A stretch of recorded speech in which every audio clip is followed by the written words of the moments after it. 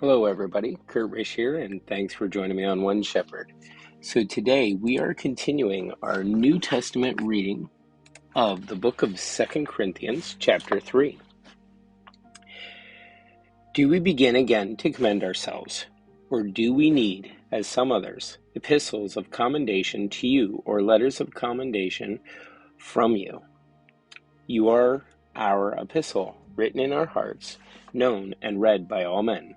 Clearly, you are an epistle of Christ, ministered by us, written not with ink, but with the Spirit of the living God, not on tablets of stone, but on tablets of flesh, that is, of the heart. And we have such trust through Christ toward God, not that we are sufficient of ourselves to think of anything as being from ourselves, but our sufficiency is from God, who also made us sufficient as ministers of the new covenant, not of the letter, but of the Spirit. For the letter kills, but the Spirit gives life. We have a word study here, guys. The word is new covenant.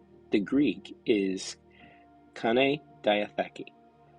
Strong's Concordance numbers 2537 and 1242. The concept of a new covenant originated with the promise of the prophet Jeremiah that God would accomplish for his people what the old covenant had failed to do. That's Jeremiah 31, verses 31 to 34. The New Testament, which itself means new covenant, interprets the works of Jesus Christ as bringing this promised new covenant into being.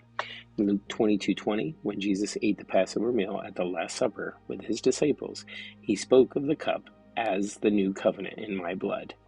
The new covenant, a better covenant, established on better promises, rests directly on the sacrificial work of Christ. The new covenant accomplished what the old could not: removal of sin and cleansing of the conscience. We see that in Jeremiah 31:34 and Hebrews 10:2 and 22.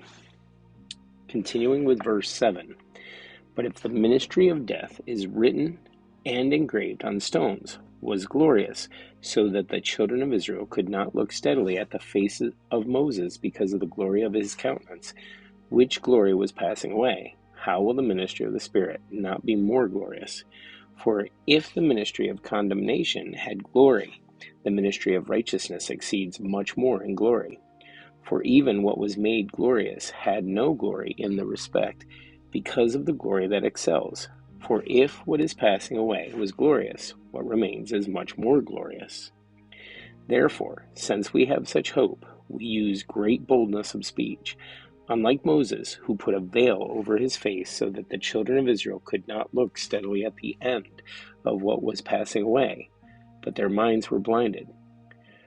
For until this day, the same veil remains unlifted in the reading of the Old Testament, because the veil is taken away in Christ. But even to this day, when Moses is read, a veil lies on their heart.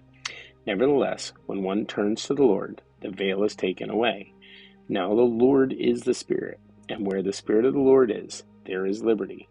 But we all, with unveiled face, beholding as in a mirror the glory of the Lord, are being transformed into the same image from glory to glory, just as by the Spirit of the Lord.